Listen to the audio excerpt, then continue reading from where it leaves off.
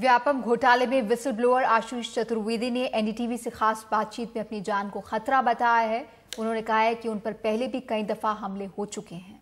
और उनसे बात की हमारी एनडीटीवी की कंसल्टेंट एडिटर बरखादत ने। आशीष जी, आप सिर्फ 26 साल के हैं और आप इस पूरे स्कैम में आपने एक बहुत अहम रोल प्ले किया है। आप 4 विसल ब्लोअर्स में से एक हैं। आपसे मैं पूछना चाहती हूँ, जिस तरह की हम मिस्टीरियस डेथ्स देख रहे हैं, अभी अक्षय, उसके बाद डीन जबलपुर कॉलेज के, आपको क्या अपनी जिंदगी के लिए खतरा है? क्योंकि आपने कहा है कि मुझे भी डर लग रहा है मेरे साथ कुछ ना हो जाए। बिल्कुल, मेरे साथ पहले जिस प्रकार की बातें हो चुकी हैं, पहले भी मेरे साथ जान से मारने के हमले हो चुके हैं। ये सारी कोशिशें और लगातार इस प्रकार से व्यापम घोटाले से जुड़े लोगों की मौत होने के कारण लगातार इस बात का डर बना रहता है कहीं ना कहीं ये सारी सच्चाई सामने लाने से पहले मेरी हत्या ना करा दी है। व्यापम घोटाले से जुड़े जो नए राज मेरे पास हैं, जो सारी जानकारियां मेरे पास हैं, वो सामने आने से पहले मेरी हत्या ना करा दी है। क्योंकि आपको सच में लगता है कि आपकी जान को खतरा है? बिल्कुल, मुझे इस बात के बारे में 100% में श्योर हूँ।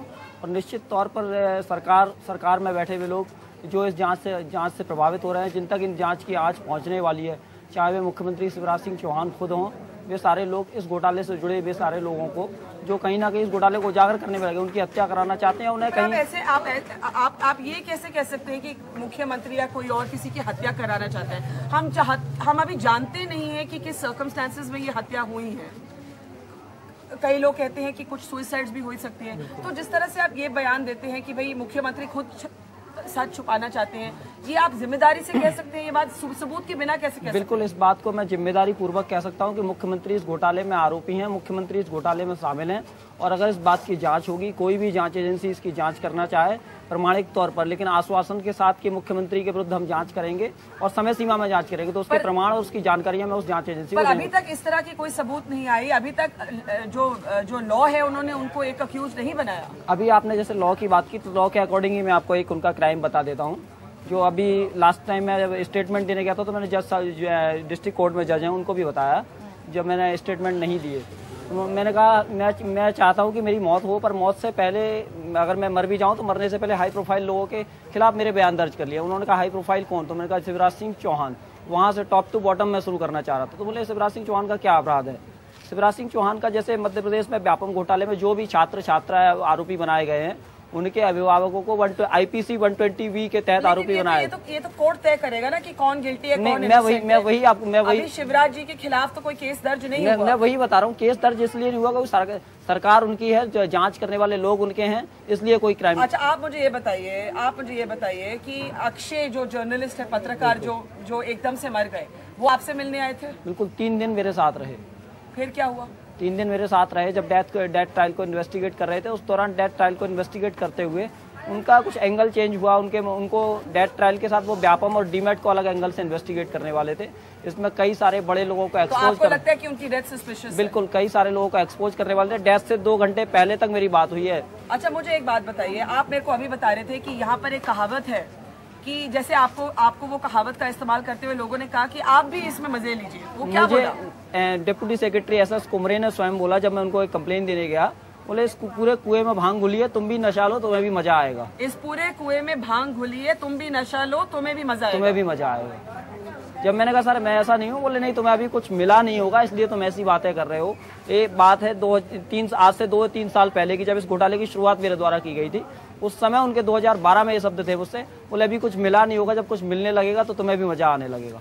तो इसमें मतलब सभी मिले हुए? सभी, ऊपर से नीचे तक सभी लोग। और आप किसी पार्टी के साथ जुड़े हैं? नहीं, किसी पार्टी के साथ मेरा कोई, क्योंकि ये कांग्रेस बीजेपी का तू मैं हो गया। मेरा आपको लगता है इसमें सभी पार्टी शामिल है? बिल्कुल, कहीं ना कहीं कुछ कांग्रेस के भी लोग भी इसमें शामिल हैं, पर भाजपा के लोग अधिकतम संख्या में इसलिए शामिल हैं, 10 साल से लगातार उनकी सत्ता है, तीसरी बार वे सत्ता में बैठे हैं।